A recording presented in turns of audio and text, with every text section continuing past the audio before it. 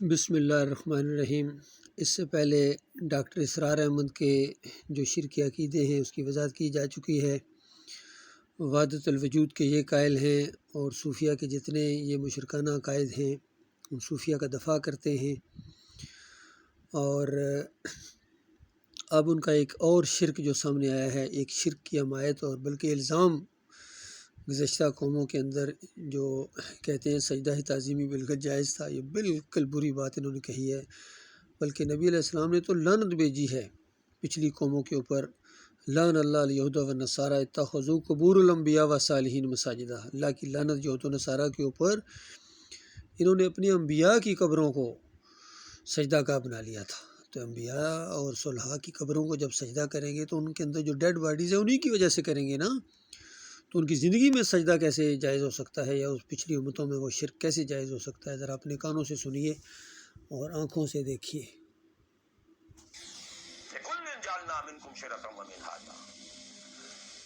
اب آپ یہ کہیں کہ صاحب ان کے ہاں تو شراب حرام نہیں تھی، ہمارے ہاں حرام نہیں تھی۔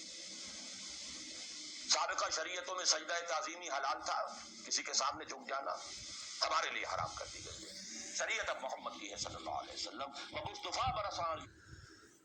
یہ بالکل انہوں نے جھوٹ بولا ہے اور الزام لگایا ہے۔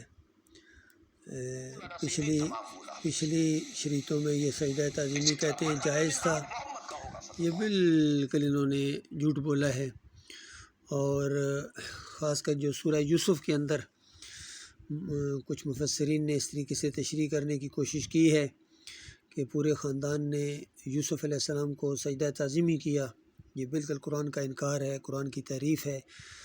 وہاں بڑی سادہ سی عام فہم بات ہے کہ جب یوسف علیہ السلام نے خواب دیکھا اور اپنے باپ یعقوب علیہ السلام کو بتایا، اور یعقوب علیہ السلام نے 6 نمبر آیت کے اندر اس کی بالکل تعویل اور اس کی جو تشریح تھی اور جو اس کی تعبیر تھی گویا بتا دی، اور وہ تعبیر حرف بہ حرف سچی ثابت ہوئی، اور پورا خاندان شکر گزاری کے طور پر اللہ کے سامنے سجدہ ریز ہو گیا۔ یہ امام بخاری بھی اسی انداز سے لائے ہیں، اور خاص کر اس دور کے اندر ڈاکٹر مسعود الدین عثمانی رحمۃ اللہ علیہ نے اس کی یہی تشریح کی ہے، اور پھر فتویٰ لگایا ڈاکٹر صاحب نے، ڈاکٹر عثمانی رحمۃ اللہ علیہ نے فتویٰ لگایا ہے کہ جن کا ایمان عقیدہ خراب ہوتا ہے وہ اس طرح تشریح کرتے ہیں کہ یوسف علیہ السلام کو سجدہ ہوا، سجدہ تعظیمی۔ اور یہاں ڈاکٹر اسرار تو پورا ایک سسٹم بتا رہے ہیں کہ پچھلی امتوں میں یہ سب جائز ہوتا تھا، یہ سجدے کیا کرتے تھے۔ یہ بہت بڑا شرک ہے ان کا، بہت بڑی عقیدے کی خرابی ہے ان کی۔ اللہ تعالیٰ ان کے اس شرک سے انسانوں کو نجات دے۔ اور بڑا افسوس ہے، اب ان کے کتنے شاگرد ہیں وہ سارے انہی کی تعریف کرتے ہیں، چاہے یہ کوئی علی بھائی ہیں، کوئی اور اس طرح کے لوگ ہیں، حتیٰ کہ انجینئر بھی ان کو رحمۃ اللہ علیہ اور پتہ نہیں کیا کیا القاب دیتے ہیں، بڑے متاثر ہیں ان سے۔ حالانکہ یہ شرک کے دائی گزرے ہیں، اچھی باتیں بھی انہوں نے کی ہے، لیکن مٹھائی لائے ہیں، زہر ملا کے لائے ہیں، یہ ہے معاملہ ان کا۔